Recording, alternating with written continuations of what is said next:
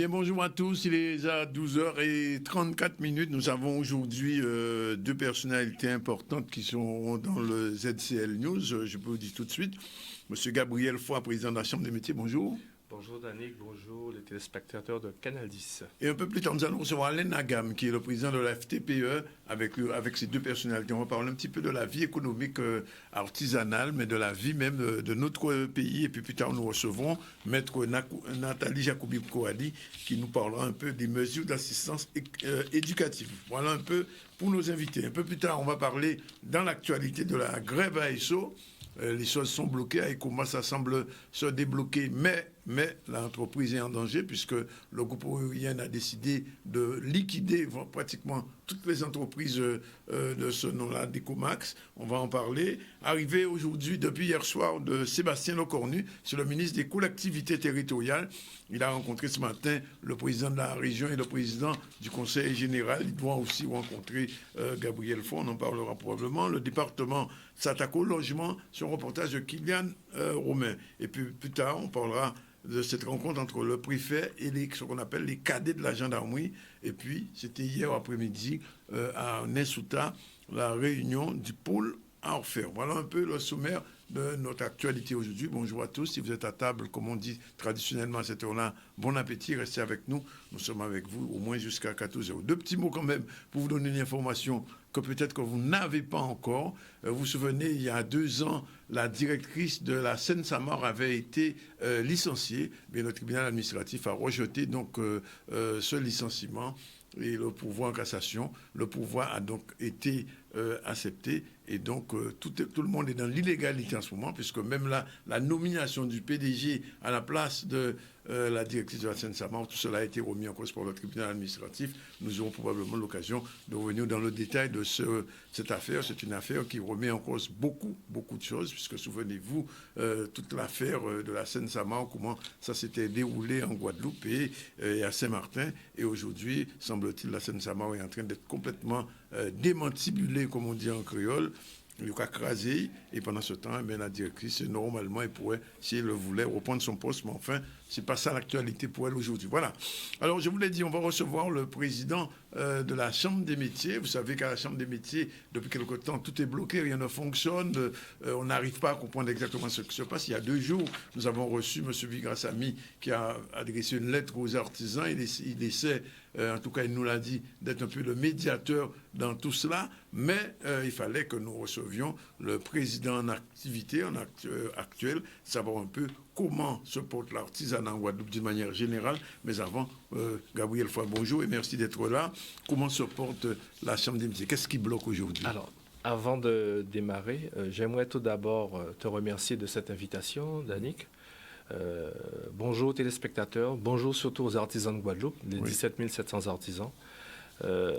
Bonne année encore une fois à eux, meilleurs vœux, la santé, la prospérité dans leur entreprise et surtout faire du chiffre d'affaires et faire évoluer effectivement ce monde économique qui dans certains domaines sont un peu moroses. C'est vrai qu'aujourd'hui, l'artisanat pour moi c'est plus de 17 700 entreprises qui doivent faire évoluer ce métier, surtout aujourd'hui qu'en Guadeloupe nous vivons dans une période un peu contraste au sein de la Chambre. Sachez qu'effectivement, et comme je le redis, ça fait 3 mois exactement que je suis président de cette chambre. Avant moi, il y a eu 4 autres présidents. Oui. Donc, ce qui veut dire que ce n'est pas forcément le président qui pose problème, c'est peut-être les élus entre eux-mêmes qui ne veulent pas, l'environnement, qui ne veulent vraiment pas travailler. Aujourd'hui, qu'est-ce qui se passe? La chambre fonctionne.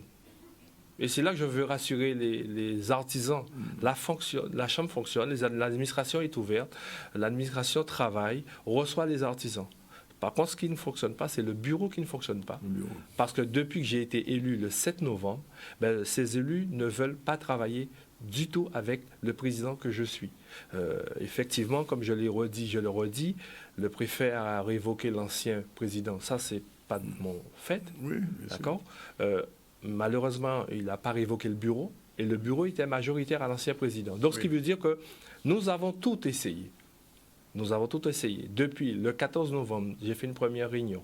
Le 21 novembre, j'ai fait une réunion de bureau. Ils sont venus, ils sont restés devant la porte. Ensuite, nous avons encore refait une autre réunion au début décembre. Pareil, Ils sont venus, ils ont mis une motion de défiance. Ils restent dans une posture de ne pas travailler. Tout ce qu'on essaie de mettre en place. J'ai même, avec mon équipe d'élus, nous avons fait une réunion avec les cadres pour voter le budget 2020. Oui. Même ça, ils ne sont pas venus. Et c'est les mêmes demain matin qui te disent que vous n'avez pas mis en place le budget 2020. Nous les avons conviés pour justement venir travailler pour l'artisanat guadeloupéen et pour les artisans. Alors quand j'entends dire que oui, on leur coupe le droit de venir, non, ce n'est pas vrai. La porte est grande ouverte. Ils viennent aux réunions de bureau. On peut ne pas être d'accord. Tout à fait. La démocratie veut qu'aujourd'hui, nous pouvons ne pas être d'accord sur certaines choses. Par contre, nous devons tous être d'accord sur la pérennité de cette chambre et surtout pour travailler pour les artisans qui, entre guillemets, ils disent qu'ils ont été légitimement élus, comme je peux le dire aussi. Donc aujourd'hui, le problème, c'est une question de personnes qui refusent systématiquement de venir travailler pour l'artisanat guadeloupéen. Je suis là aujourd'hui, je peux ne pas être là demain, mais la Chambre, c'est une institution publique. C'est pas affaire des trois mondes. Et c'est ce qu'on oublie souvent. C'est une institution publique. Nous devons nous retrouver au-dessus de la mêlée. Entre le président que je suis, je dois me retrouver au-dessus de cette mêlée et pour fédérer au maximum. Après, quand vous ne voulez pas travailler, vous pensez que c'est le président Foy que vous mettez en difficulté? Non. Ce sont les artisans qui ont été demandés leur voix. Ils ont un devoir de travailler pour les artisans qui, s'ils le disent, qu'ils ont été élus légitimement. Donc aujourd'hui, voilà le problème. Ce sont quelques élus qui ne veulent pas du tout parce qu'ils n'ont pas accepté que le préfet ait révoqué l'ancien. Mais comme je le redis, ce n'est pas moi. Oui. J'arrive, je prends une situation, on travaille ensemble. Si nous, en Guadeloupe, on n'arrive pas à travailler entre nous, c'est quand même malheureux. Alors, je vais un petit peu élargir le problème. Vous disiez tout à l'heure, Gabriel, qu'il y a 17 500 artisans en Guadeloupe. Ça veut dire qu'il y a au moins 17 500 emplois qui fonctionnent? Tout à fait. Oui. Vous savez, alors, il y a des entreprises, je vais rester honnête, on a plus de 2500 entreprises qui font moins de 5 000 euros de chiffre d'affaires. Oui. Ce qui veut dire qu'on a des entreprises qui sont en difficulté dans ce pays. Là, nous devons travailler ensemble. Nous devons trouver des solutions. Nous sommes des élus politiques, avec l'administration, de trouver des solutions pour que ces entreprises augmentent leur chiffre d'affaires. Au lieu de se tirer dans les pieds tous les 5 minutes, là, nous avons un devoir. Parce que quand nous avons été voir ces artisans pour leur dire de voter pour Pierre-Paul Jacques, on savait où on se mettait les pieds. Donc, on a des sociétés. Et c'est ce que moi, je fais depuis que je suis élu. C'est-à-dire qu'on a perdu en budget près de 463 000 euros. Ce qui veut dire que les entreprises qui font moins de 5 000 euros de chiffre d'affaires ne sont pas assujetties à la taxe de frais de chambre de métier. Donc, je dois trouver cette manne, entre guillemets, faire du lobbying. Alors, comme on me dit que je suis un président mannequin, ben, le président mannequin que je suis va faire du lobbying à la PCMA en France pour trouver des solutions où la PCMA nous a octroyé près d'1 million. On a une perte de 1,2 million d'euros sur les DOM. Ben, la PCMA nous a octroyé 700 000 euros pour les DOM. La Guadeloupe a eu la plus grande part de gâteau, plus de 200 000 euros. Là, je suis un président mannequin, mais je vais travailler pour faire entrer de l'argent. Effectivement, nous avons rencontré le député Olivier Servat avec la ministre, le cabinet du ministère des DOM, pour nous aider à payer les 50% de 2019 de cette perte. Là, on a une rencontre avec Agnès Runafer par visioconférence avec tous les DOM pour le lundi gras, pour justement, parce qu'on leur a envoyé un document, pour nous aider à cette perte de 463 000 euros. S'il faut faire du mannequin, j'irai pour trouver de l'argent, pour aider cette chambre. Mais la réalité aujourd'hui, c'est que nous avons 17 769 artisans.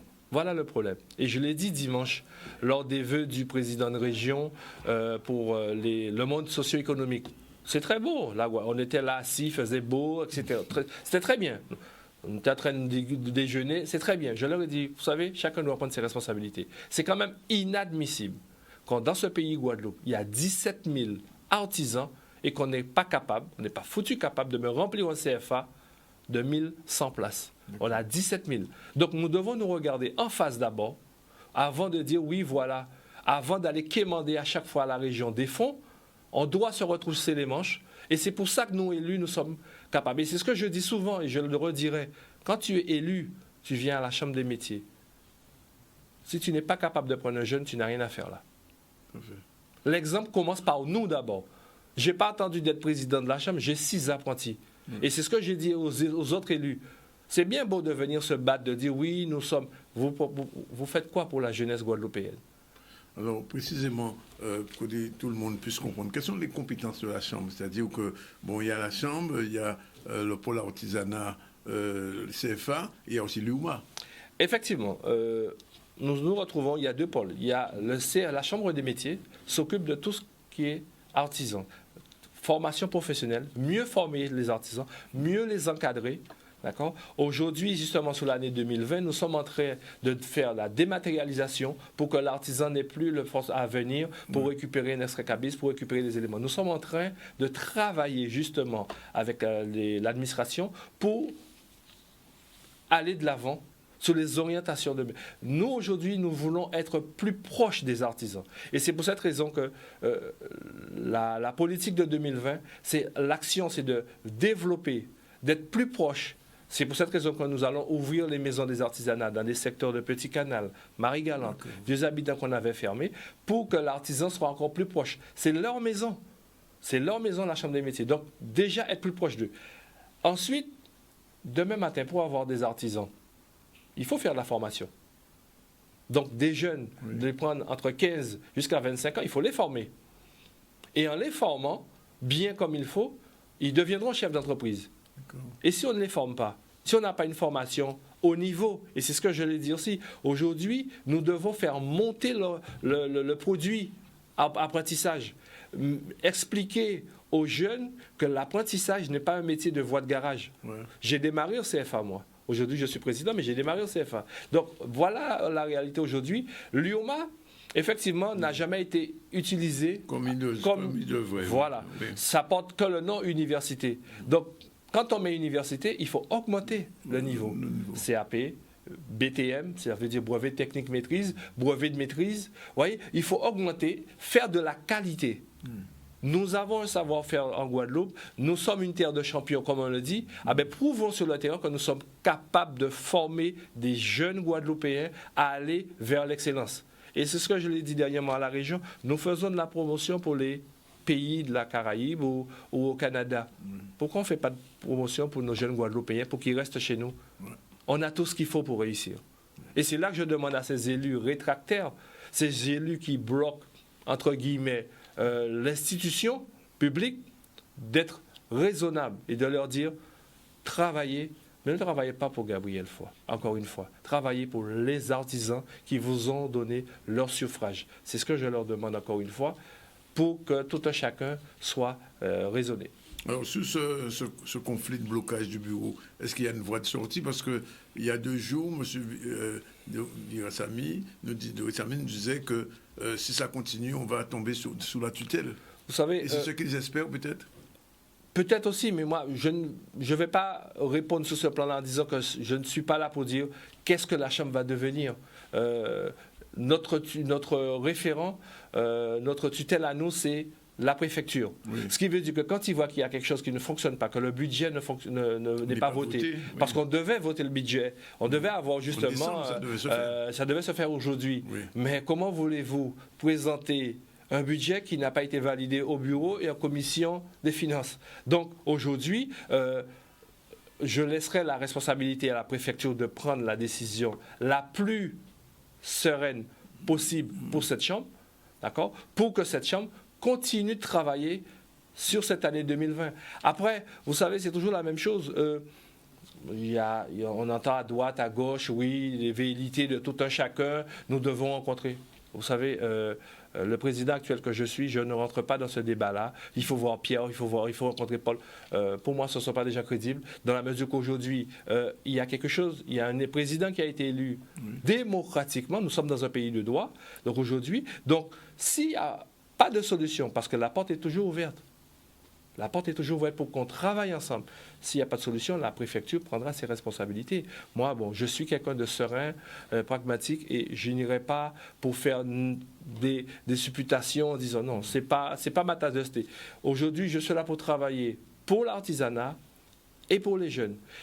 J'aimerais dire aussi ce qui est quand même dommage et navrant, c'est qu'aujourd'hui, ces mêmes personnes qui bloquent l'institution ou qui bloquent le bon fonctionnement, pas l'institution, le bon fonctionnement de cette institution, ce sont les mêmes qui ont voté les mêmes. Le président que je suis, je n'ai rien inventé. Quand un président arrive dans un exercice, en fin de mandature, je suis obligé de suivre le travail qui a été fait. Les conventions qui ont été signées, j'ai rien changé, j'ai continué tout simplement et tout. Par contre, en début d'année, là, on met une nouvelle orientation. Mais tout ce qui a été fait en novembre-décembre, c'est la suite de leur travail. Oui. Je ne suis pas venu pour dire nous carotter ça. Non, j'ai fait la continuité. Donc, je suis vraiment surpris que ces gens-là ont voulu bloquer Sagasdom de Babette de Rosière, que j'ai dû réquisitionner la trésorière pour justement payer la compte de ce salon. Je suis quand même surpris que ces mêmes élus qui étaient en commission économique ont voté contre le DARED, c'est-à-dire que c'est les fonds d'aide aux entreprises en difficulté, que eux-mêmes ont fait des demandes à ce même dispositif pour bénéficier. Vous voyez la différence? C'est-à-dire que quand, leur attitude, que quand eux, ils étaient là, ils ont fait des demandes pour eux-mêmes bénéficier, et aujourd'hui, pour les artisans qui sont en difficulté, ils votent contre. Voilà la réalité. C'est pareil pour le salon de la foire de Paris. Mais c'est la même chose. Lors de la commission économique, ces mêmes élus qui étaient présents, pourtant ça a été voté, nous avons quand même passé en majorité, mais ce sont ces mêmes élus qui ont voté contre le salon, la foire de Paris, qu'eux ils ont bénéficié et qui sont restés quand même 2 semaines là-bas à la foire de Paris. Alors il y a un moment, il faut qu'on soit sérieux dans ce pays, que ça est bon pour vous, mais pas bon pour les autres. Non, il faut qu'on arrête. Alors, ça veut dire que, Gabriel, que la foire de Paris, il n'y aura pas d'artisans de Guadeloupe cette année? Il y aura la foire de Paris. Il y aura quand même? Oui, il y aura la foire de Paris. Je vous rassure, j'ai eu une réponse favorable ce matin. On dira plus dans les semaines à venir. Il y aura la foire de Paris. Les problèmes de la Chambre, et comme je l'ai entendu dire avant-hier, qu'il n'y aura pas de... Non, les problèmes de la Chambre doit être supérieure à tous ces problèmes. Et je le redis, c'est une institution publique. Nous ne pouvons pas sanctionner plus de 25 artisans et représenter la Guadeloupe dignement, fièrement à la foire de Paris. Les histoires d'élus, ça, c'est pas le problème du président que je suis et de l'institution qui est la Chambre. Elle se fera. Ce sont des fonds de la région. Oui. C'est ce que je dis. La région, quand même, investit près de 600 000 €. Nous sommes simplement des prestataires de la région. Tout à fait. Donc, et comme je dis, l'administrative et l'administration fonctionnent comme d'habitude, donc ça se fera. Il y aura la sélection comme il se doit pour les artisans. Je n'interviens même pas dans les sélections. C'est pour vous dire, ma droiture, il y a des équipes qui sont en place pour faire des sélections. Donc nous, aujourd'hui, nous devons faire une continuité pour cette fois. Il n'y aura aucun souci par rapport à cela. Moi, je suis assez confiant. Alors, d'une manière générale, on dit toujours que dans le domaine de l'artisanat, on crée beaucoup d'emplois quand même. Par rapport à d'autres secteurs. Est-ce qu'au niveau de la Guadeloupe, ça se vérifie? Oui, c'est vrai que c'est sur l'année 2020. On a eu encore une augmentation de plus de 5%, ce qui veut dire qu'on a eu près de plus de 450 immatriculations. Ce qui veut dire que les gens veulent créer. En moyenne, une durée de vie d'un artisan, effectivement, c'est sur 3 ans. Oui. Nous avons plus de 17 000, nous avons plus de 50 000 personnes qui travaillent pour l'artisanat guadeloupéen. Aujourd'hui, nous devons être plus forts. Nous devons travailler ensemble, être mieux vus. Je prends un exemple, et c'est ce que j'ai dit à mon arrivée, c'est quand même pas normal qu'on a, encore une fois, un CHU qui nous coûte 600 millions d'euros. Ouais. On n'a pas de plaquiste, on n'a pas de carreleur, on n'a pas d'électricien, on n'a pas de peintre. Et on me dit tous les jours qu'on fait venir du monde. Voilà, c'est ça mon problème. C'est là que c'est là que je dis encore une fois, nous élus, nous sommes tous des élus responsables. Je ne veux pas incriminer quiconque, mais c'est quand même pas normal que j'arrive au bout de 3 mois. Le CHU n'a pas commencé à se construire en 3 mois. C'est depuis 3 ans, voire plus. Qu'avez-vous fait pour que nos jeunes Guadeloupéens, que le CFA soit rempli?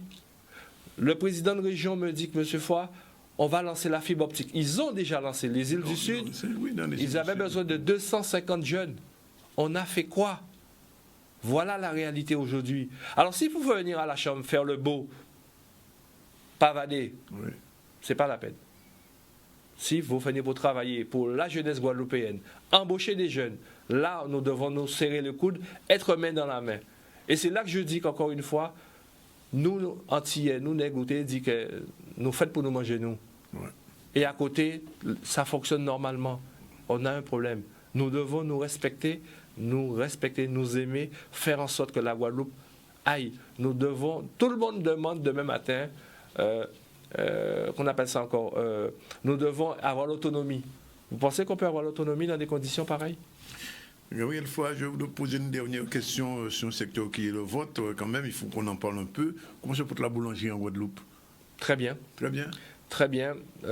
Aujourd'hui, on est à 175 boulangeries artisanales. Oui. 175. 175. En augmentation. En augmentation. Oui. En augmentation. Et c'est vrai qu'à mon arrivée à cette chambre, j'ai mis le là tout de suite parce que j'ai constaté qu'il y a beaucoup de nouvelles boulangeries qui viennent. Des franchises aussi. Voilà, et je suis quand même, le président que je suis, inquiet, dans la mesure qu'on a un secteur où il y avait la plus grosse zone de boulangerie sur Sainte-Rose, parce que la plupart des boulangeries sont vieillissants, et il n'y a pas de jeunes pour reprendre. C'est ça. Et là, effectivement, dernièrement à la PCMA France, ça fonctionne bien en métropole. Nous devons mettre en place en Guadeloupe le système de transfert de données de savoir-faire. C'est-à-dire qu'aujourd'hui, quelqu'un qui a 60 ans, qui veut prendre sa retraite, forcément l'enfant ne prend pas la suite de l'entreprise, mais nous devons trouver des jeunes qui seraient intéressés pour reprendre avec une aide régionale, avec une aide d'État pour pérenniser la suite. Et ça doit être dans tous les secteurs d'activité. Je le prends de mon secteur parce que c'est plus flagrant, mais c'est vrai que ce soit la coiffure, que ce soit la peinture, que ce soit le BTP, nous devons trouver des jeunes chefs d'entreprise. Ça fonctionne en Île-de-France. Ça doit fonctionner en Guadeloupe. Et c'est là que je dis, on a du travail, on a du boulot, mettons-nous ensemble pour travailler sereinement pour ce pays. Guadeloupe, c'est ce que je demande à tout un chacun. Travaillons, mettons-nous main dans la main. Et c'est ça. C'est ce qu'on souhaite. En tout cas, c'est bien la raison pour laquelle on vous a invité, parce qu'on voulait vous entendre sur ça. Donc, vous demeurez optimiste quand même. Je suis optimiste, je suis serein. Je suis un président qui est là pour travailler pour l'artisanat, pour les apprentis, pour les chefs d'entreprise artisans, pour leur dire, la Chambre des métiers, c'est votre maison. Nous devons travailler. J'aimerais juste, avant de finir, répondre. Ça m'a un peu touché sur les réseaux sociaux. Je ne savais pas que les Saint-Trois n'étaient pas des Guadeloupéens. Donc j'aimerais simplement rajouter à mes détracteurs, je suis Saint-Trois certes, mais je suis avant tout Guadeloupéen. Mais les 30 salariés que j'ai chez moi, ce sont des Guadeloupéens. Ce sont des pères et des mères de famille, ce sont des jeunes Guadeloupéens. Donc de là à dire que ça n'est pas normal qu'un Saint-Trois à la tête de la Chambre des métiers, je ne pensais pas qu'on pensait que les Saint-Trois étaient des Blancs. Je suis quand même, et là je suis un peu écœuré d'entendre ces propos qui sont véhiculés par du racisme bête. Du racisme bête. Tout racisme bête, mais voilà. plus bête. Donc aujourd'hui, nous sommes des Iliens, certes. Le Marie Galanterre aussi c'est pareil, le Désiradier aussi c'est pareil. Nous sommes tous des Guadeloupéens, qu'on le veuille ou pas. Quand je vais à Métropole, je ne dis pas que... Un peuple mix. Un peuple mix. Donc j'aimerais simplement dire à ces détracteurs qui sont de l'autre côté aussi, de leur dire je suis fier d'être Saint-Trois, mais je suis avant tout aussi Guadeloupéen. Tout à fait. Merci en tout cas, Gabriel, de ces paroles. J'espère que les artisans qui regardent nous autres là, entendent ça dit et que je vais porter mon œuvre pour essayer de faire que l'artisanat fonctionne, que la Chambre a surtout fonctionné. Merci en tout cas, Gabriel. Merci à toi, Danick, de m'avoir invité. Et puis, longue vie à l'artisanat guadeloupéen, parce qu'elle mérite vraiment d'avoir un peu de calme, de paix, de sérénité, de joie et d'apaisement. C'est ce qu'on souhaite. C'est ce qu'on souhaite aussi. 12h58, on prend la première pause et on se retrouve tout à l'heure avec M. Nagam, président de la FTPE. C'est encore notre chantier qu'on va ouvrir. À tout à l'heure.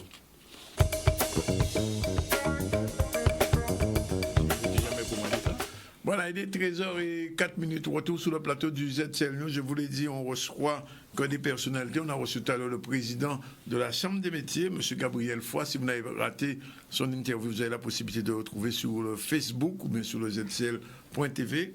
Sinon, dans un instant, on va recevoir Alain Nagam, qui est président de la FTP. Bonjour, M. Nagam. Bonjour. Tout va bien? J'ai dit Alain, mais c'est Alain Magam. Yes. Excusez-moi. On revient à l'actualité. L'actualité, c'est cette grève à Esso. Depuis quelques jours, la station de la JAI de Esso est bloquée. Les salariés demandent un certain nombre de revendications. Pour l'instant, la négociation n'a pas encore ouvert, comme c'est le cas à Ecomax. On regarde tout de suite un reportage de Michel Hérakil pour savoir un peu ce qui se passe là-bas. Depuis quelques temps, ça a fait 8 jours que nous mobilisons. Et nous attendons que nous fassions premier contre mardi avec Giron là. Ce n'est pas rien. Mais par contre, il faut reconnaître effectivement qu'il y a une mauvaise interprétation vis-à-vis du code du travail. Et nous continuons la mobilisation là parce qu'apparemment nous restons bloqués toujours sur ce premier point là. Mais par contre, comme nous restons bloqués sur la mobilisation, c'est le même point là. Donc, hier nous recevons un mail que Jodla a proposé de nous rencontrer. Et c'est des volontés nous devons nous cailler et des vrais cassarabaï. Est-ce que vraiment qu'ils ont réellement en volonté de sortir à ce conflit là? Alors, on espère que cette réunion aura lieu, que les salariés de Esso, la JAI, pourront peut-être reprendre le travail. Alors, Ecomax, la situation est un peu plus compliquée, puisque vous le savez, le propriétaire de la chaîne d'Ecomax, M. Oyen Martiniquais, est en train de vendre, brader pratiquement toute son activité, ce qui ne laisse pas beaucoup de perspectives aux travailleurs. Nous aurons l'occasion de recevoir ici un délégué syndical pour savoir exactement ce qui se passe, puisque M. Oyen, pour l'instant, ne donne pas beaucoup d'informations sur les éventuels repreneurs de la chaîne Ecomax, surtout en Guadeloupe, en Martinique, un peu partout ailleurs. Je vous l'ai dit, on reçoit M. Nagam, mais avant, on va rapidement faire un petit tour du côté du ministre Sébastien Lecornu, c'est le ministre des collectivités territoriales. Il a rencontré ce matin le président de le président de la région et la présidente du conseil général. On regarde le reportage d'Olivier Moradel et on revient tout à l'heure vers M. Nagam. De me retrouver ici en Guadeloupe pour, je crois, la 4e ou 5e fois, d'ailleurs, depuis que je suis membre du gouvernement, pour aller à la rencontre des élus locaux, des différents acteurs sur ici cette région et ce département de la Guadeloupe, avec une actualité particulière. La première actualité, bien sûr, c'est la loi engagement et proximité qui a été votée au Parlement, qui est une loi importante issue du grand débat national, qui s'adresse directement aux élus locaux et singulièrement d'ailleurs aux élus des communes les plus petites de notre République. Donc ça m'intéresse de voir comment on va pouvoir justement adapter les différentes dispositions de cette loi à l'outre-mer. Deuxième sujet, c'est bien sûr le projet de loi sur la décentralisation, la déconcentration et la différenciation, qui est quelque chose qui est très attendu par les différents territoires de la République. Alors il y a déjà une culture de la différenciation importante dans les territoires d'outre-mer, mais on aura l'occasion avec le préfet de région Philippe Gustin et l'ensemble des services de l'État de consulter l'ensemble des acteurs institutionnels et politiques de l'île pour voir ce qu'ils attendent justement de cette loi. Donc on est véritablement dans une co-construction qui se fait très en amont. Jacqueline Gouraud fait la tournée de l'ensemble des régions métropolitaines et il me revient avec Annick, et en lien avec Annick Girardin, la ministre de l'Outre-mer, de bâtir cette concertation, cette consultation locale. Le troisième sujet, car il ne faut pas nous dérober sur ce sujet important, c'est la question des finances locales, qui est quelque chose qui nous préoccupe beaucoup, sur lequel j'ai été amené à prendre de nombreuses fois la parole au Sénat ou à l'Assemblée nationale. Je salue d'ailleurs les parlementaires qui sont ici présents, la présidente du département avec lequel on a l'occasion de converser de manière très régulière. Il faut savoir que l'état des finances locales, ce n'est pas qu'une question technique pour les Guadeloupéennes et les Guadeloupéens, c'est l'assurance que le service public fonctionne. Et on en sait quelque chose avec la crise de l'eau ici en Guadeloupe. On a un devoir de redressement des finances publiques. Tout cela doit se faire évidemment en respectant le contribuable, en respectant la qualité du service public. Et donc j'en suis un des garants en tant que ministre de la République. Et donc je vais venir aussi faire un vrai point sur ce sujet, sachant que vous l'avez en tête, l'État a augmenté significativement ses moyens pour les communes d'outre-mer cette année, puisque le président de la République a demandé et au Parlement et au gouvernement de procéder à une péréquation, pour le faire plus clair, prendre de l'argent dans les communes les plus riches pour aller les diriger vers les communes les plus pauvres. Et l'intégralité des communes d'outre-mer voit leur dotation augmenter cette année. Retenez un chiffre, 18 millions d'euros, c'est une somme tout à fait considérable qui va aller vers les communes d'outre-mer, quelle que soit la taille d'ailleurs des communes, les plus petites comme les plus importantes. Donc la solidarité nationale répond bien évidemment présent. Mais si on travaille sur les recettes, il va falloir aussi qu'on travaille sur les dépenses, et singulièrement les dépenses de fonctionnement. Et peut-être que le quatrième sujet sera de revenir sur un dossier que j'ai pu connaître en tant que secrétaire d'État à savoir la question de l'eau, qui n'est pas une compétence de l'État, comme vous le savez, c'est une compétence décentralisée des collectivités territoriales, mais sur lequel l'État a accompagné les collectivités, singulièrement le département et la région, mais en lien avec les intercommunalités et les communes, et sur lequel Philippe Gustin s'emploie à faire avancer ce dossier depuis qu'il a été nommé par le président de la République préfet de la Guadeloupe. Voilà, on espère, surtout sur la question de l'eau, puisque M. Lecornu était venu il y a quelque temps, peut-être un peu plus d'une année. Déjà, il avait posé un certain nombre de prérogatives, des paramètres pour examiner la question de l'eau et de la gouvernance de l'eau. Au moment où nous parlons, logiquement, on aurait dû, depuis le 1er janvier, avoir un syndicat unique de l'eau. Malheureusement, ce syndicat unique, pour l'instant, ne verra pas le jour et on ne sait même pas à quelle période ce syndicat unique pourra réellement s'occuper des problèmes de l'eau. Mais c'est ce qui est sûr, c'est que Sébastien Lecornu va engager des discussions avec les élus et surtout avec les deux présidents de région sur cette question très importante de la distribution de l'eau, puisque comme vous le savez, dans certaines communes de la Guadeloupe il y a encore et toujours des cours d'eau. Voilà ce qu'on pouvait dire pour cette visite de M. Lecornu qui continue. Pour l'instant, nous revenons avec le président de la Fédération des très petites entreprises, Alain Nagam. Alors, Alain Nagam, première question, les petites entreprises sont-elles rassemblées réellement dans votre fédération, ou bien il y a encore de l'espace pour recueillir d'autres? Non, bien entendu, il y a de l'espace pour accueillir d'autres. C'est vrai que nous sommes toujours, nous Guadeloupéens, on veut toujours jouer un peu l'individualisme. Et c'est pour ça aujourd'hui que je vois naître beaucoup d'associations de coaching, associations d'accompagnement, enfin, tout un chacun essaie de créer son entreprise et sur le dos des autres. Mais bon, mais ça, c'est le jeu de la vie sociale. Hein. Il faut ceux qui ont été à l'école et qui ont une chance de pouvoir accompagner d'autres, pourquoi pas, il faut le faire. Mais quand il s'agit de la politique économique, ça, c'est l'affaire de la FTPE. Oui. Et aujourd'hui, donc voilà, notre rôle, nous le jouons pleinement avec le nombre d'adhérents que nous avons. Nous sommes en train de mettre en place des outils, parce que le rôle de la FTPE, effectivement, c'est de mettre en place des outils avec les institutions pour répondre aux besoins des entreprises de la Guadeloupe. Mais vous avez des projets? On a des projets, tout à fait. Donc aujourd'hui, parce que ce qu'on a constaté, et nous-mêmes, parce qu'on a lancé Place du marché de territoire pour le développement de l'agrotransformation.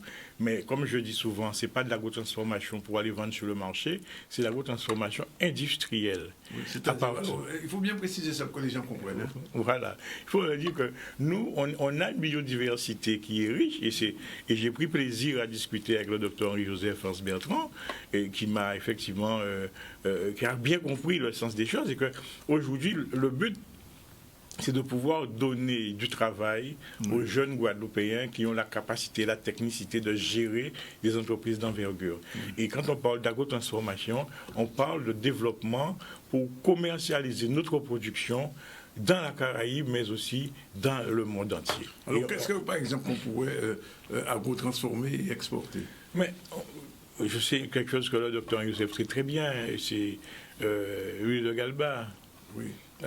Il y a, je dirais, la canne, parce que souvent, pendant que certains... On ne va pas changer la canne, non, il n'y a pas un projet de... Non, mais justement, pendant que certains, et je le dirais, pendant qu'Albioma veut tromper nos élus, parce qu'Albioma a déposé une demande de dérogation pour remplacer la canne sucre par la canne fibreuse. Mais moi, je l'invite à aller planter de la canne fibreuse, comme il le dit, sur les terres chlordéclonées, à Saint-Claude, à Goubert, pour voir comment il va monter les mornes pour aller le faire. Mais ne pas prendre la canne sucre, on en a besoin, parce que la filière, et quand on parle de canne sucre, on parle de filière canne et dérivés. C'est ça que la différence qu'il y a, parce qu'aujourd'hui, où on a trompé nos planteurs, tout ça, par rapport à l'exploitation de la mélasse, c'est le groupe Caillard qui a toujours exploité, pour faire de l'alcool industriel, pour faire du rhum industriel, pour faire de l'alcool de pharmacie, pour faire de l'alcool de laboratoire. Donc tous ces débouchés-là sont passés à l'as au profit d'un seul groupe. Maintenant, effectivement, nous avons fait, on a le projet de la relance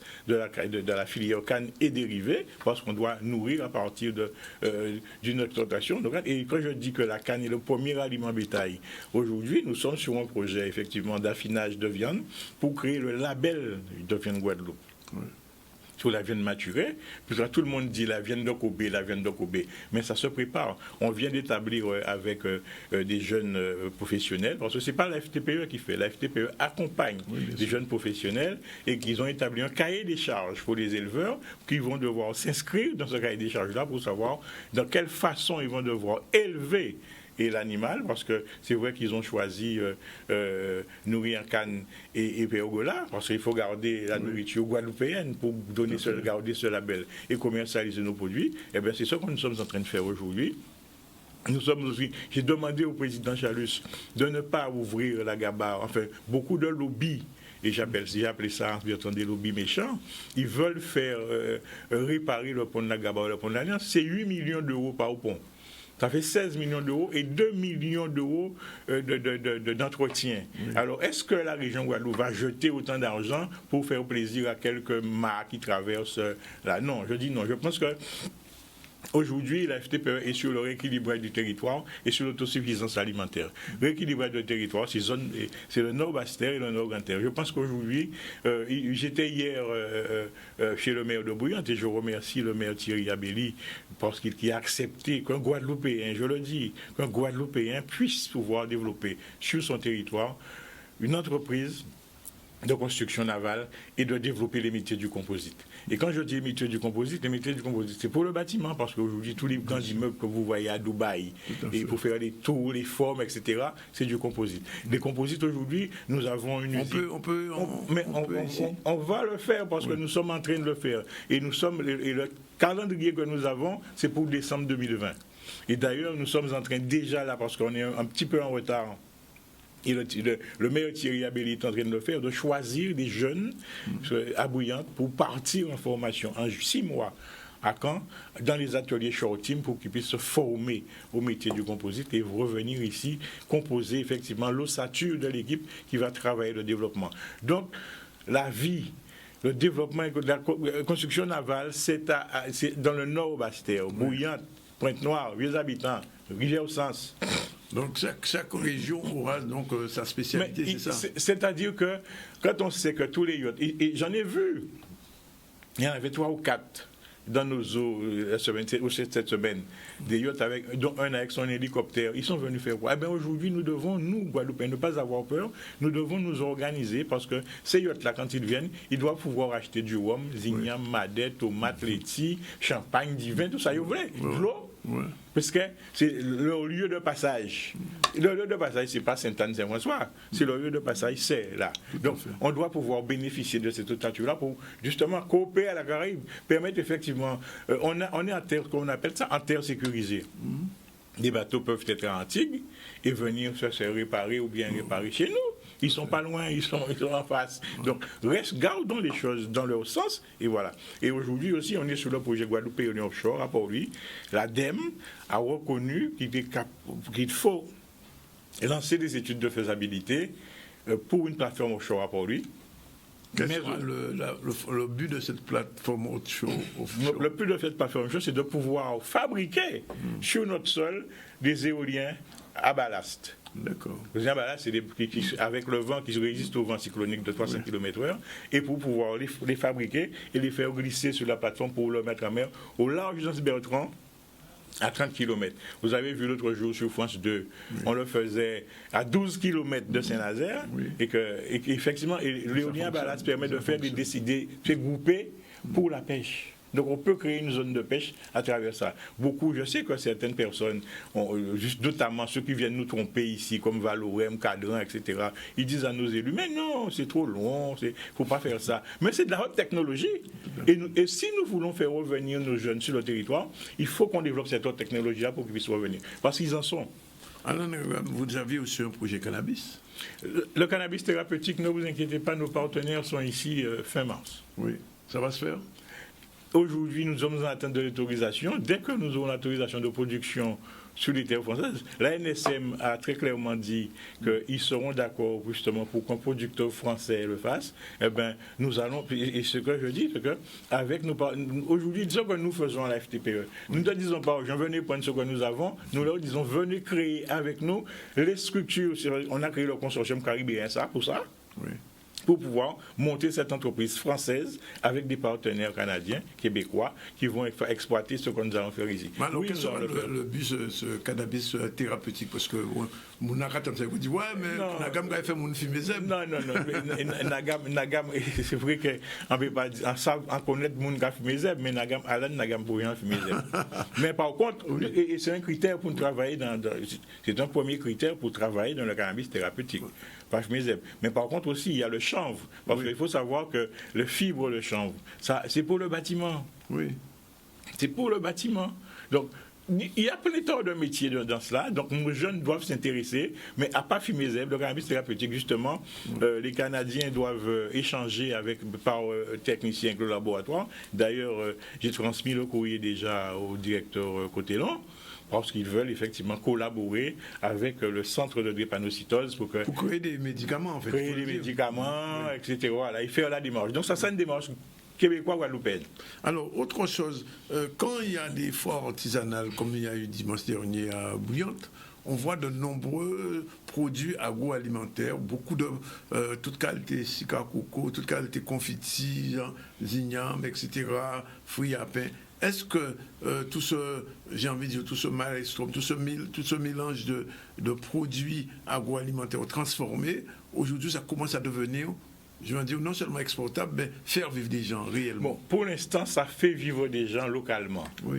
Je pense qu'à partir de ce qu'on peut faire à partir du fruit à pain, on peut l'exporter. Oui. Mais pas, il faut bien regarder l'exploitation. Je dis une chose aussi, et ça je le répète parce que nous sommes dessus, mais malheureusement nous ne sommes pas encore arrivés assez loin. La mangue. Oui. Nous avons la chance d'avoir sur notre territoire le multi-parfum. Tout à fait. Et il suffira pour nous, parce qu'on est sur le projet, de trouver le partenaire pour mettre en place les chambres froides. Oui. Qui permettra à nos jeunes de créer des sociétés de ramassage de mangue pour éviter qu'un mango gaspillé. Parce qu'il y a gaspillé. Voilà. Les jours nous qui disent ces petits bougs-là, viennent là, montons des sociétés, 3-4, ramasser ces mangos-là, les autres qui viennent là, nous acheter un à 1,50 € le kilo, en passant, nous pouvons faire les calculs nécessaires. Ils auront une raison de ne pas laisser les mangues se gaspiller. Oui. Et nous pourrons après, avec les partenaires dans les zones de laboratoire, créer effectivement ce qu'on appelle la pâte de mangue. Et comme je dis, nous n'avons pas intérêt à aller faire du jus de mangue, ça va gaspiller sur le marché. Oui. Mais on sait que la pâte de mangue, le multi-parfum, intéresseront les grands laboratoires de pâtisserie, de toutes sortes de choses, et dans le monde entier. Parce que il faut choisir les filières, la confiserie, tous ces jus-là, c'est ça. On voit que la Guadeloupe importe des tamarins. Non, mais c'est justement, c'est parce que des bananes séchées. Mais je me rappelle, et si le président Lurel s'en souvient, j'avais un artisan qui faisait de la banane séchée au soleil à Cap-Esther-Bello. Oui. Et j'avais emmené pour faire la comparaison entre ce qu'on achetait dans les magasins et ce qu'on faisait ici. Séché au soleil, hein? Oui. Mais ça n'avait rien à voir. Au niveau du goût, bien sûr. Eh bien, justement, voilà des industries sur lesquelles on peut travailler. Oui. C'est quand même. Je vois, on veut faire de l'énergie. Oui. La banane, la biomasse banane, énergie banane, ça fait de l'énergie. Oui. Il suffit de travailler. Là où pays s'est fait, il a habité en GTI, eh bien, on va laisser là. On va faire énergie avec. Alain Nagam, est-ce que les responsables politiques des collectivités vous écoutent? Je dirais que non seulement ils ne m'écoutent pas, ils m'entendent, mais ils ne m'écoutent pas. Et aussi, nos élus, ils ne sont pas informés. Par contre, j'ai pris l'exemple parce que j'ai eu à interpeller une de nos élus ici. J'étais en coopération en Guyane. Et un grand chef d'entreprise, le PDG d'une multinationale, il m'a dit, Président Nagam, le projet Géo, elle est mal portée. Si c'est nous qui le portions, bon, pour ne pas dire la couleur, il y a longtemps que le projet sera mis en route, parce que c'est un très beau projet. Ouais. C'est un projet, parce qu'il faut dire aux Guadeloupéens que c'est pour l'hydrogène. Et c'est ce que l'ADEME va faire aussi, étudier comment on peut avoir l'hydrogène dans une zone sismique. Parce qu'il faut le stockage de l'hydrogène sismique, il faut l'étudier. Il faut étudier les vents, les alizés que tout le monde vient chercher. Aujourd'hui, une entreprise comme les entreprises qui viennent ici, ils n'ont même pas de compte en banque en Guadeloupe. Ils viennent, ils produisent, ils basculent ça avec un ordinateur sur EDF et ils commencent à compter les millions. Et quand ils comptent les millions sortent et ils vont à Paris ailleurs. Oui.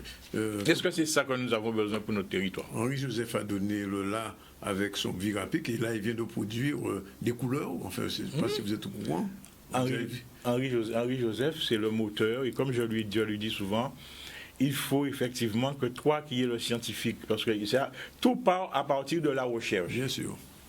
Je crois que l'idée que nous avons eue de créer à l'université le consortium Paris, justement pour la recherche, le développement des produits, c'est guadeloupéen, nous devons le faire vivre. Et là, en le faisant vivre, effectivement, on parle là. Et c'est pour ça qu'aujourd'hui, très tôt, j'ai commencé aussi avec le président Osier Lafontaine. On a commencé déjà à réfléchir justement sur les ateliers de développement économique qu'on va peut-être organiser avril-juin, je ne sais pas. Mais en tout cas, on y réfléchit. On a déjà monté le comité de pilotage. Et maintenant, on y va tout doucement. Mais ça permettra de donner des pistes aux jeunes Guadeloupéens, particulièrement ceux qui sont universitaires, surtout les chercheurs, de pouvoir déboucher sur des qualités de produits pour pouvoir développer ça. Un dernier mot. Qu'est-ce que vous diriez aux petites entreprises qui ne sont pas encore à la FTPE et qui vous regardent en ce moment, aux chefs de petites entreprises, très petites entreprises? Vous savez, aujourd'hui, l'économie de la Guadeloupe, elle est TPE. Aujourd'hui, la FTPE, nous avons les outils. Et nous sommes montés les outils d'accompagnement, depuis le départ jusqu'à la faisabilité du projet, parce qu'il ne faut pas que nous restions sur des projets pour aller prendre par exemple 12 000 euros à l'ADI, etc. Ces machines-là, ça s'appelle pour nous gérer la précarité. Aujourd'hui, nous avons mis un accompagnement d'ingénierie juridique, financier, et nous avons aussi des partenaires de financement. Donc normalement. Donc c'est sûr. Mais par contre, nos équipes, je parle d'Opal Ingénierie par exemple, je parle aussi du cabinet du GIE juridique avec les architectes, les ingénieurs, etc., que nous sommes en train de monter, seront là pour donner la véracité du vécu de l'entreprise. Et là, effectivement, nos partenaires financiers sont là aussi. On a bouclé la boucle, 2 ans qu'on a mis pour ça, parce que, et je sais aussi qu'on a un peu ri de moi, parce que on a dit que bon, Nagam n'a pas les projets, mais de toute façon, c'est pour y exister. Eh bien, radio aussi, bon voilà, élection municipale arrivée, pas candidat pour un côté. D'accord. Alors, nous ne pouvons pas parler de ça là, mais il faut nous venir pour parler de la presse. Oui, de toute façon, il va falloir parler de la presse, parce que je dis ça aussi, c'est que l'initiative que j'ai prise, pas pour moi. Oui. Puisque des fois que je vais dans ma station, parce que j'y passe un peu le matin, je regarde toujours pour acheter le quotidien me manque, parce qu'en fin de compte, bon, même si je pouvais le prendre et le lire le lendemain, mais c'est vrai que le geste économique me manque. Et cela, et comme je le dis, si les Guadeloupéens veulent, nous pouvons effectivement créer un média. Je ne parlerai pas d'un quotidien, mais on peut créer un média qui va répondre aux besoins du quotidien et peut-être à d'autres. Mais il faut venir pour nous parler de ça. Voilà, 13h28, on prend la deuxième pause et on se retrouve tout à l'heure pour la suite des événements dans le ZCL. On doit parler de l'information. Le département s'attaque au logement. Le préfet a rencontré les cadres de la gendarmerie. Et puis, on parlera aussi de Poule à faire avec, on le sait, Thierry Alette qui va lancer pour le mois de juin la prochaine édition, la 11e édition du Poule à faire. À tout à l'heure pour la suite.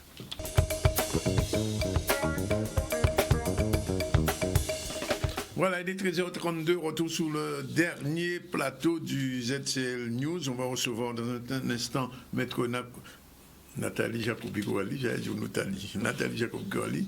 Ça va? Oui, ça va très bien, merci. Les avocats sont toujours en grève? Tout à fait. Plus que jamais?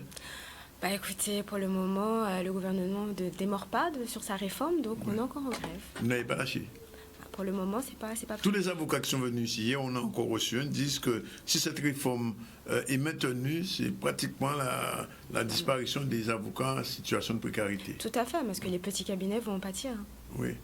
Et donc, pour l'instant, toutes les affaires, comment ça se passe au tribunal? Toutes les affaires sont reportées? Toutes les affaires où il y a des avocats, on sollicite le renvoi. Donc, généralement, ça se passe plus ou moins bien. Donc, les affaires sont renvoyées.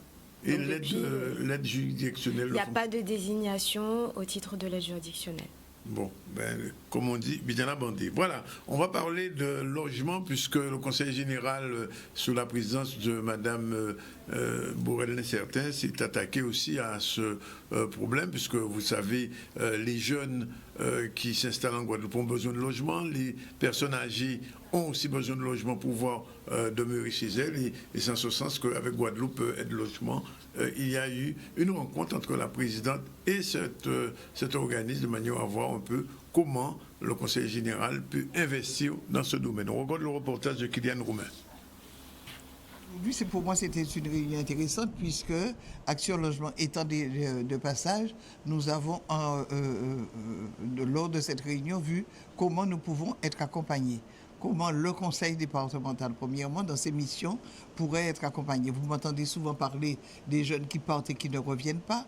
Est-ce que nous pouvons imaginer avoir des logements accessibles aux jeunes, donc premièrement pour les installer ici? Je crois que nous avons aussi l'impératif besoin d'aider nos personnes âgées à rester chez eux, donc l'adaptation du logement au vieillissement. Là aussi, c'était aussi important pour Action Logement comme pour moi. Je crois qu'on a nos valeurs, nous avons des valeurs communes que nous partageons, servir le pays. Et puis au-delà, nous avons aussi parlé de la CEMAG, puisque nous sommes à la veille d'une augmentation de capital. La CEMAG pourrait être accompagnée par un apport en capital d'Action Logement. Il y a une rencontre extraordinaire. Une femme fantastique, une présidente puissante et déterminée, passionnée. Donc oui, je suis très satisfait de la rencontre que je viens d'avoir.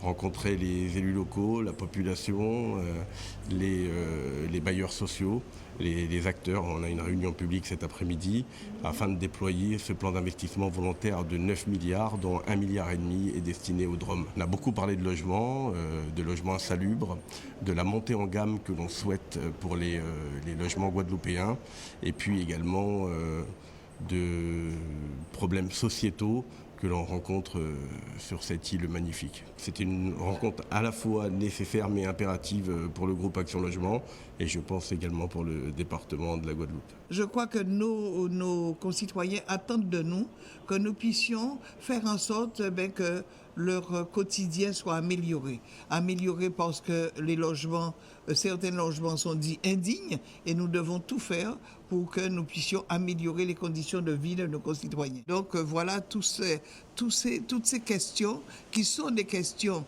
qui nous intéressent et que nous devons aussi prendre à bras-le-corps, que nous pourrions être accompagnés par Action Logement.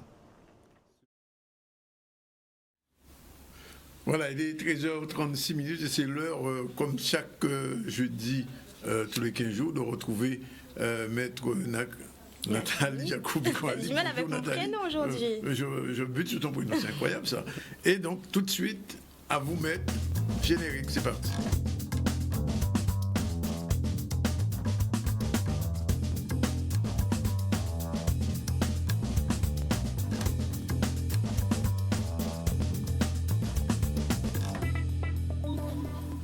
Voilà, c'est à vous Maître les mesures d'assistance éducative. What is this? Qu'est-ce que c'est?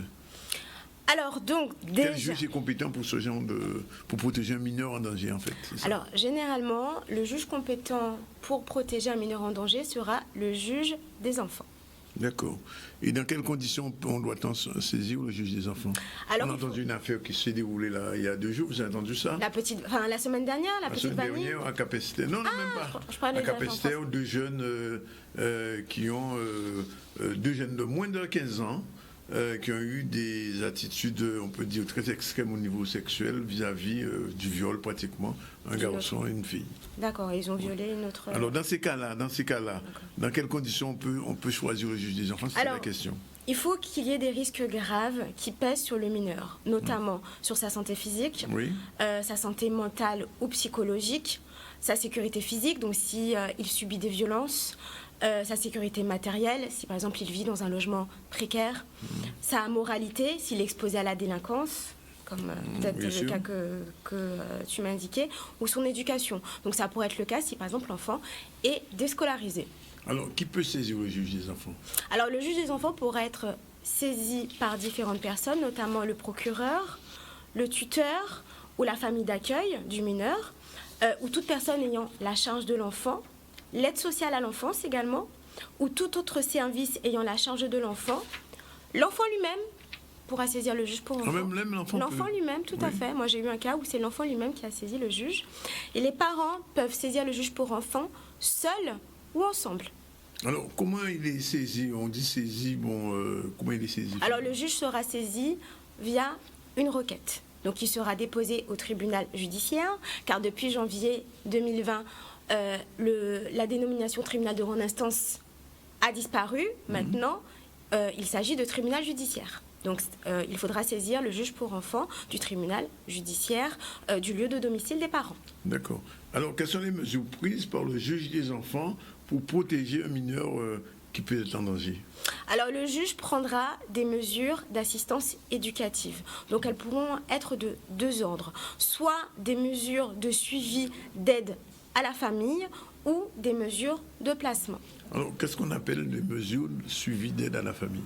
Alors, dans ce cadre, donc c'est vrai que lorsque le juge pour enfants est saisi, il va placer l'enfant dans un dernier recours. Le but est quand même de favoriser l'enfant dans son milieu familial.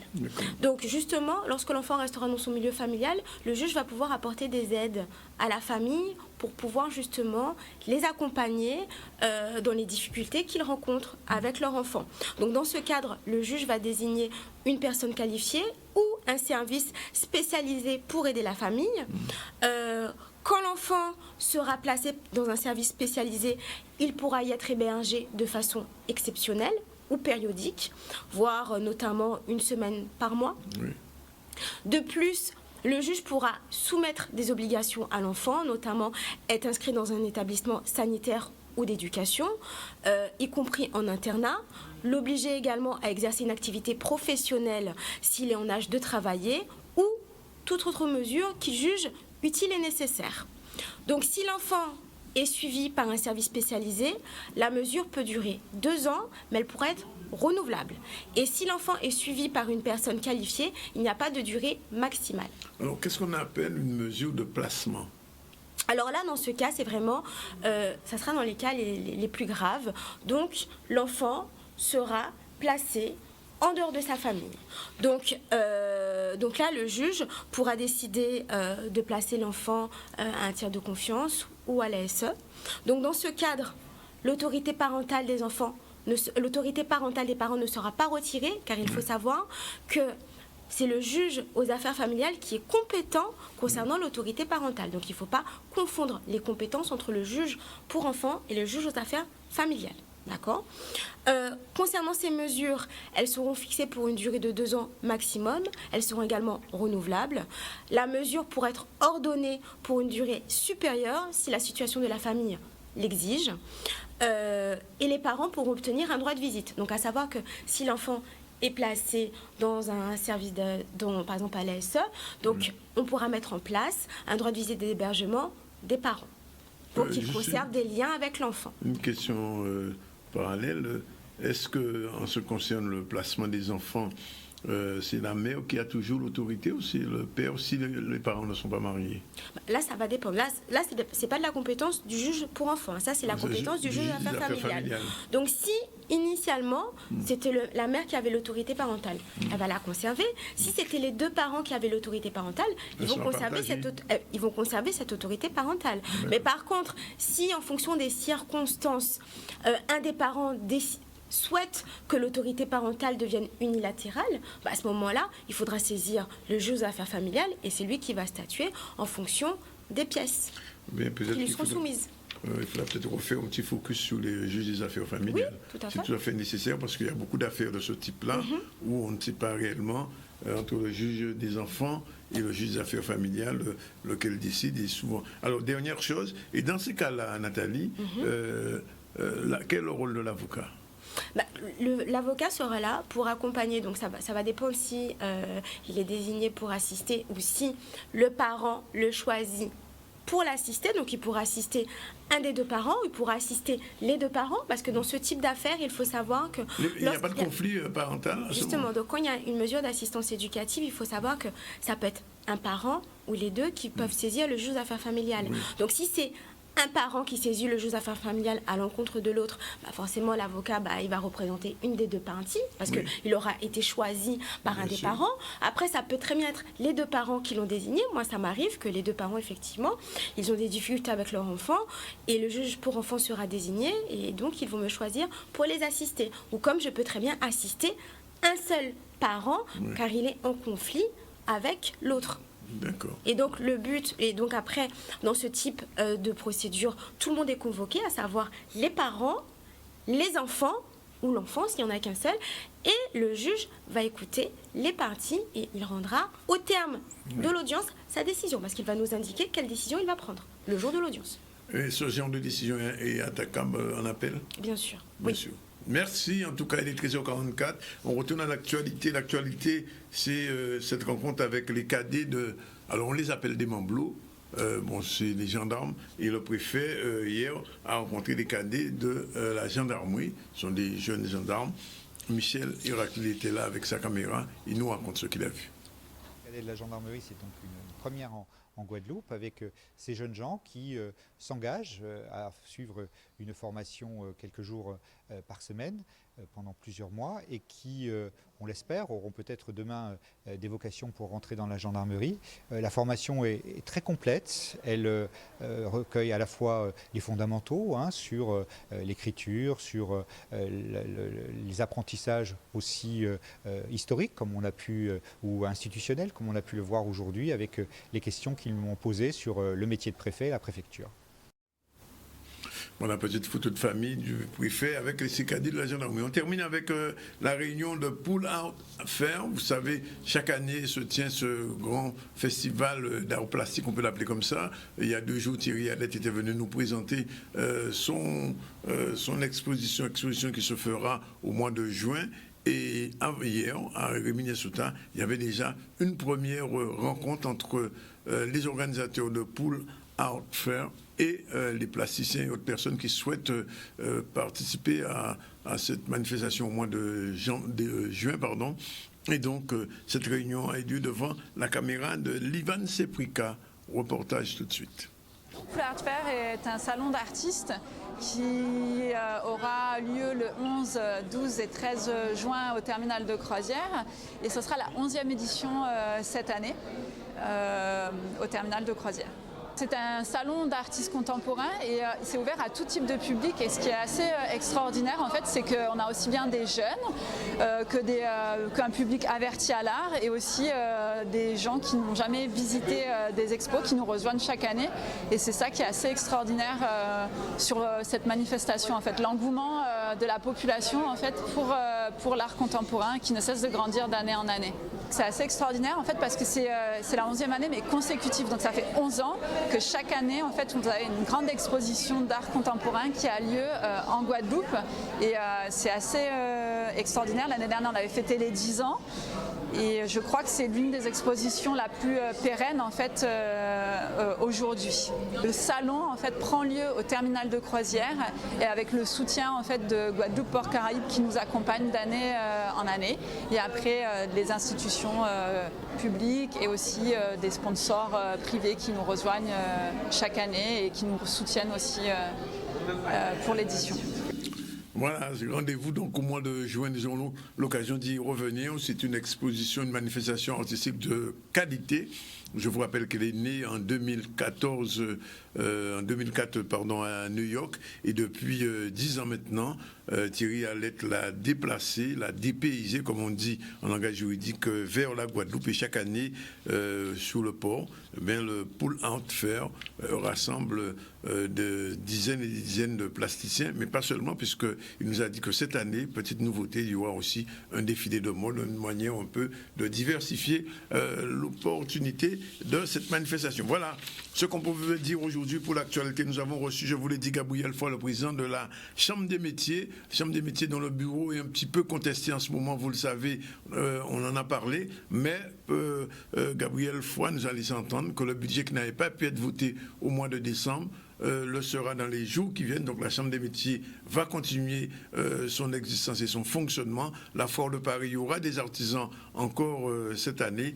Et surtout, le gros problème, c'est de la Chambre des métiers aussi appelle des jeunes à participer au stage de formation parce qu'il nous manque des plombiers, il nous manque des carreleurs, il nous manque des peintres. On peut partout, on fait venir de l'extérieur ce genre de professionnels.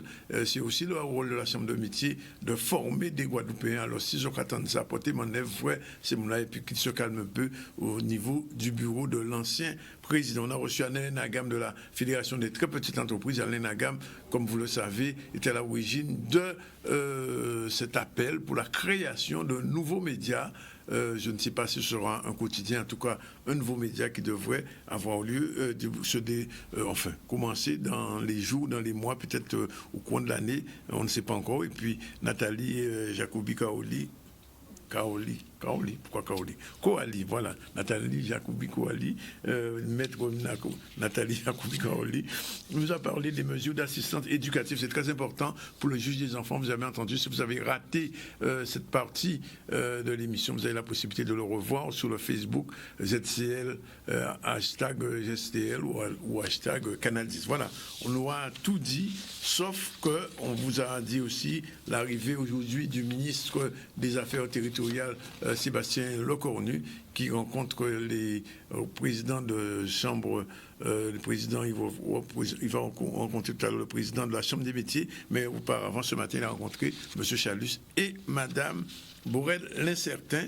Et ce qui est certain, c'est que la grève à ESSO, pour l'instant, elle continue. Idem pour la grève à Bemaou, où depuis déjà plus de mois, la commune est pratiquement bloquée. Et dans d'autres collectivités, notamment à Lens-Bertrand et à Sainte-Rose aussi, grève UTC et GTG, de plus en plus bandée, comme dirait Élie Domota. Voilà, 13h50, c'est fini pour aujourd'hui. On vous remercie. La réalisation, c'était Kevin et puis Nathalie Jacobi-Koali.